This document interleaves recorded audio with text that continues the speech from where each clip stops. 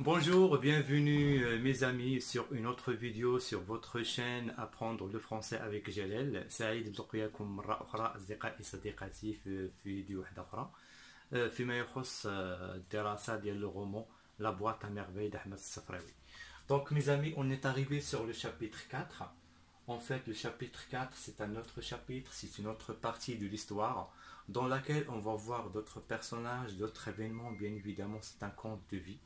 Et Ahmed Safraoui est en train de faire tout simplement un rappel de mémoire. Aujourd'hui, il a 37 ans. Il est en train de se rappeler tout simplement sa vie, son enfance avec sa maman, les voisins et l'entourage en ville de Fès.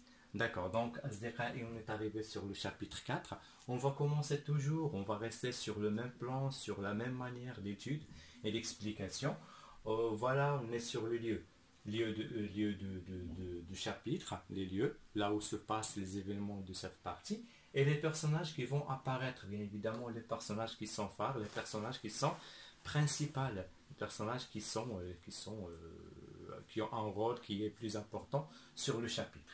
Donc pour les lieux, toujours Dar Chouafa, la maison de la voyante, là où vit Sidi Mohamed et ses parents. La maison de l'Aïcha. Donc là, c'est l'apparition d'une autre maison. C'est la maison de l'Aïcha, c'est l'amie intime. C'est une ancienne voisine de l'Azoubida. Il est devenu son ami intime. Donc ils vont rendre visite à l'Aïcha par la suite.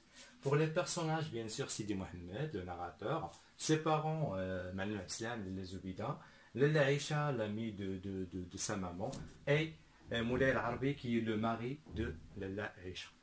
Passons maintenant aux idées principales. On va commencer. Donc tout simplement, c'est à partir du chapitre 4 jusqu'à le chapitre 7. On va voir, ça se déroule dans pendant la saison du printemps. Donc c'est l'arrivée du printemps qui s'annonce. C'est le début du printemps. Bien évidemment, il y a un changement climatique. Il y a des changements, que ce soit dans l'atmosphère de vie et dans le climat du Fès. D'accord, donc l'arrivée du printemps sont les premiers jours du printemps qui s'annoncent. Donc là, on est arrivé sur la visite c'est une visite qu'elle va rendre Lalla Zoubida et son petit-fils Sidi Mohamed à son ami intime Lalla Aïcha. Mais avant de partir en visite, il y a la préparation de gâteaux. D'accord, donc c'est une tradition qui est très très marocaine. Qui est bien évidemment très original, surtout de la ville de Fès. Avant de rendre visite à quelqu'un, un ami ou bien quelqu'un de la famille, on doit apporter avec nous un petit cadeau. Il est préférable qu'on apporte un petit cadeau qui est de la maison, c'est-à-dire ce sont des gâteaux. Généralement, ce sont des gâteaux de la maison. C'est une autre époque qui est différente. Mes amis, je vous invite à voir et bien évidemment revoir les images du Maroc des années 20. Vous allez voir un costume qui est très différent, un climat de vie qui est différent, surtout les photos des ruelles, les photos des gens, qu'est-ce qu'ils portent, comment ils vivent, ils sont en train de mener leur quotidien. D'accord. Donc en fait c'est la visite de Sidi Mohamed et sa maman à l'Aïcha. Le petit Sidi Mohamed, il est très très heureux de changer les airs, d'aller sur un autre endroit, dans une autre maison, pour voir autre personne et voir autre environnement. D'accord. Donc voilà, donc Lalla Zoubida et son fils rendent visite à l'Aïcha. Donc c'est une journée de discussion, de papotage entre les deux femmes.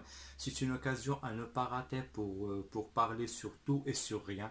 On est en train de discuter de la famille, de la santé, des ennuis, de la vie quotidienne entre les maris, qu'est-ce qu'ils ont, chacun des deux femmes va raconter à son ami intime ses problèmes, ses ennuis et sa vie quotidienne.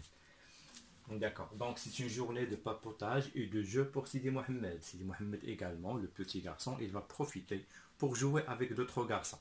Donc c'est une journée qui est un petit peu différente, donc c'est un événement qui est marquant sur le quatrième chapitre. En fait, Sidi Mohamed غيغتنم الفرصة باش يلعب مع أطفال آخرين في مكان آخر مختلف على دارهم، على دار الشوافة. بيان ايفيدامون بالطبع هو غادي يكتشف واحد الفضاء جديد وغيكتشف أطفال جداد في مكان آخر بعيد على دارهم. Donc c'est une journée de joie pour Sidi Mohamed. Donc la soirée, elle va revenir chez lui, à sa maison, très très fatiguée. Donc la chia, déjà Sidi Mohamed, Ayan, Odara. D'accord. Allez, donc. D'accord, donc au moment de la visite de Laila Zoubida à son ami intime Laila Aïcha, c'est un problème, ce sont des ennuis qui apparaissent. Voilà, donc Moulay El son mari qui revient à la maison, il a un problème. Avec qui? Avec un certain Abdelkader qui était son employé et par la suite il est devenu son associé. Donc cette personne, ce mec qui s'appelait Abdelkader s'est permis d'escroquer son associé Moulay El pour de l'argent. Donc le problème était là, il était juste de l'argent. Donc Moulay El Arbi a emprunté de l'argent à Abdelkader qui s'est permis de nier par la suite, de dire voilà, je lui dois rien du tout. Donc ils sont allés au tribunal, ils sont allés devant la justice, mais malheureusement, le jugement a été défavorable pour Moulay El-Arbi. Il a perdu cette affaire. Il n'a pas pu justifier cette empreinte. Bien évidemment, il n'a ni papier, ni justification, ni témoin. D'accord, donc voilà, ce sont les ennuis qui apparaissent pour l'Aïcha. Bien évidemment, la Zoubida, son amie intime, elle est là pour la consoler, pour l'aider, pour discuter avec elle, pour essayer de remonter cet obstacle, ce problème qui apparaît soudain. D'accord. Donc en fait c'est la fin de la journée. Le petit Sidi Mohamed et sa maman sont de retour à la maison. Bien évidemment c'est une journée de jeu. C'est une journée dans laquelle il a fait du chemin. Donc il est trop fatigué. Il remonte sur son lit. Il est trop fatigué le petit garçon. Il va vers sa boîte à merveilles, vers son monde solitaire, vers son imagination qui est nourrie. Cette imagination elle est toujours nourrie par le discours de son papa qui parlait toujours de la mort, au-delà de la mort. Il est nourri des récits, des contes, des histoires de l'épicier Abdallah. Bien évidemment, il est nourri par le quotidien qu'il est en train de vivre dans le Sid et pour les événements, pour les ennuis, pour les personnes qu'il va découvrir par la suite chaque journée. Aujourd'hui, il a découvert, il a pu ressentir, il a pu comprendre les problèmes que rencontrent Aïcha et son mari Moulay El-Arbi. Bien évidemment c'est un petit enfant هو طفل صغير ديال 6 سنين ولكن هو ذكي جدا هو عنده احساس كبير واحساس مرهف بالاحداث اللي كتدور في جنبه سواء في الفضاء ديال الدار او خارج الدار هو كيعيش الواقع ديالو بواحد الشكل اللي هو واعي وفي نفس الوقت كيعيش واحد الحياة ديال الخيال في البيت ديالو مع صندوق العجائب ديالو مع الصندوق اللي عنده الأسرار ديالو الطفولية. Donc, Sadiqati, j'espère qu'on a pu faire le tour du quatrième chapitre. Si et seulement si vous avez des questions, vous avez des commentaires ou bien vous avez des remarques, n'hésitez pas. إلى عندكم تعليقات أو أسئلة أو ملاحظات ما تبخلوش علينا.